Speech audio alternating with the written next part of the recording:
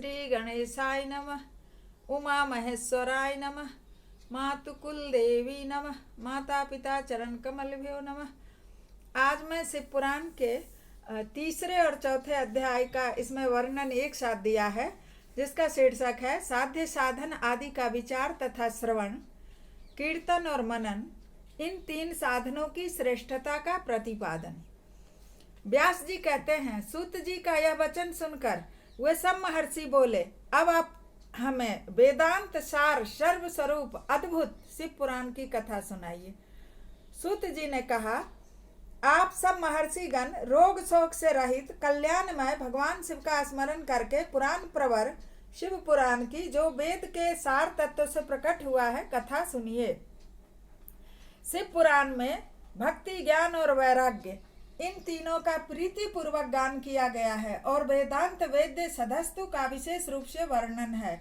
इस वर्तमान कल्प में जब सृष्टि कर्म आरंभ हुआ था, उन दिनों 6 कुलों के महर्षि परस्पर वाद विवाद करते हुए कहने लगे, अमुक वस्तु सबसे उत्कृष्ट है, अमुक नहीं है। इनके विवाद से अत्यंत महान रूप धारण हो गया।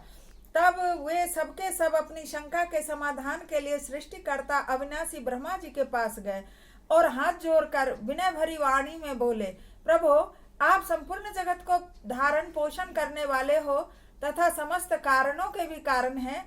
हम सब जानना चाहते हैं कि संपूर्ण तत्व से परे परात्पर पुराण पुरुष कौन है। ब्रह्मा जी ने कहा, जहाँ से मन सहित वाणी उन्हें ना पाकर लौट आती है तथा जिनसे ब्रह्मा, विष्णु, रुद्र और इंद्र आदि से युक्त यह संपूर्ण जगत समस्त भूतों एवं इंद्रियों के साथ पहले प्रकट हुआ है, वे ही ये देव महादेव सर्वज्ञ एवं संपूर्ण जगत के स्वामी हैं। ये ही सबसे उत्कृष्ट है। भक्ति से ही इनका साक्षात्कार होता है, दूसरे किसी उपाय से कहीं इनका दर्शन नहीं होता। रुद्र, हरि, हर तथा अन्य देवेश्वर सदा उत्तम भक्ति भाव से इनका दर्शन करना चाहते हैं। भगवान शिव में भक्ति होने से मनुष्य संसार बंधन से मुक्त हो जाता है। देवता के कृपा प्रसाद से ही उनमें भक्ति होती है। हर कोई के बस की बात नहीं है कि वो मंदिर चला जाए और पूजा कर ले, हंसने को भले हंस ले, और भक्ति से देवता का कृपा प्रसाद प्राप्त होता है। ठीक उसी तरह जैसे यहाँ अंकुर से बीज और बीज से अंकुर पैदा होता है, इसलिए तुम सब ब्रह्मर्षि भगवान शंकर का कृपा प्रसाद प्राप्त करने के लिए भूतल पर जाकर वहां सहस्त्रों वर्षों तक चालू रहने वाले एक विशाल यज्ञ का आयोजन करो।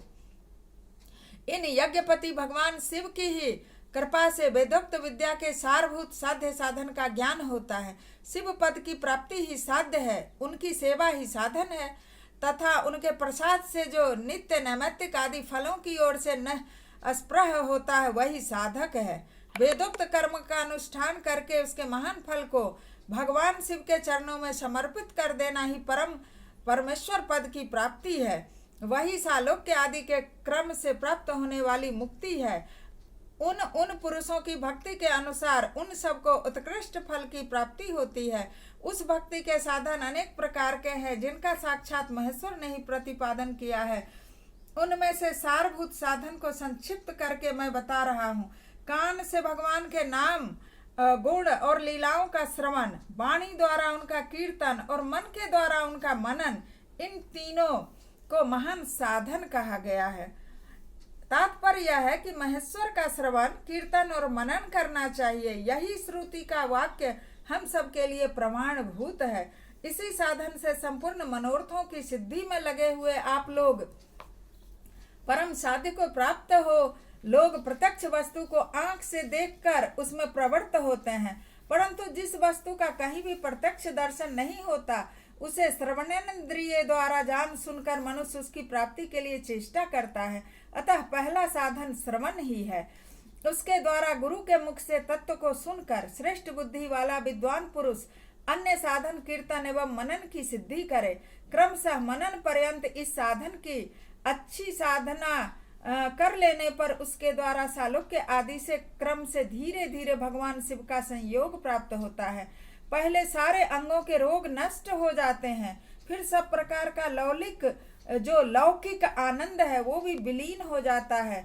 भगवान शंकर की पूजा, उनके नामों के जप, उनके गुण, रूप, विलास और नामों का युक्ति परायण चित्त के द्वारा जो निरंतर परिशोधन या चिंतन होता है, उसी को मनन कहा गया है। वह परमेश्वर की कृपा दृष्टि से ही उपलब्ध होता है। कहने का अर्थ है कि हर कोई मनन नहीं कर सकता। हमेशा अपने दिल में, अपने दिमाग में भगवान को हर कोई नहीं रख सकता। जो उनके कृपा का पात्र होता है उसी में यह क्षमता होती है। उसे समस्त श्रेष्ठ साधनों में प्रधान या प्रमुख कहा गया है, मतलब मनन को।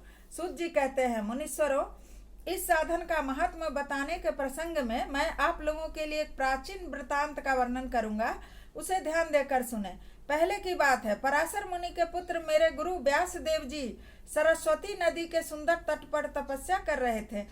एक दिन सूर्य तुल्य तेजस्वी विमान से यात्रा करते हुए भगवान सनत कुमार अकस्मात वहां जा पहुंचे। उन्होंने मेरे गुरु को वहां देखा। वे ध्यान में मग्न थे। उससे जगने पर उन्होंने ब्रह्मपुत्र सनत कुमार जी को अपने सामने उपस्थित देखा तो बड़े वेग से उठे और उनके चरणों में प्रणाम करके मुनि ने उन्हें अर्घ्य दिया और देवताओं के बैठने योग्य आसन भी अर्पित किया। तब प्रसन्न हुए भगवान सनत कुमार विनीत भाव से खड़े हुए व्यास जी से गंभीर वाणी में बोले, मुने, तुम सत्य वस्तु का चिंतन करो। वह सत्य पदार्थ भगवान शिव ही है जो तुम्हारे साक्षात्कार के विषय होंगे। भगवान शंकर का श्रवण, कीर्तन, मनन, ये 3 महत्तर साधन कहे गए हैं। ये तीनों ही वेद सम्मत हैं। पूर्व काल में मैं दूसरे साधनों के संभ्रम में पड़कर घूमता घामता मंदराचल पर जा पहुंचा और वहां तपस्या करने लगा। तदंतर महेश्वर शिव की आज्ञा से भगवान नंदिकेश्वर वहां आए। उनकी मुझ पर बड़ी दया थी। वे सबके साक्षी तथा शिव गणों के स्वामी भगवान नंदिकेश्वर मुझे स्नेह पूर्वक मुक्ति का उत्तम साधन बताते हुए बोले, भगवान शंकर का श्रवण, कीर्तन और मनन, ये तीनों साधन वेद सम्मत हैं और मुक्ति के साक्षात कारण हैं। यह बात स्वयं भगवान शिव ने मुझसे कही है। अतः ब्राह्मण, तुम श्रवणादि तीनों साधनों का ही अनुष्ठान करो।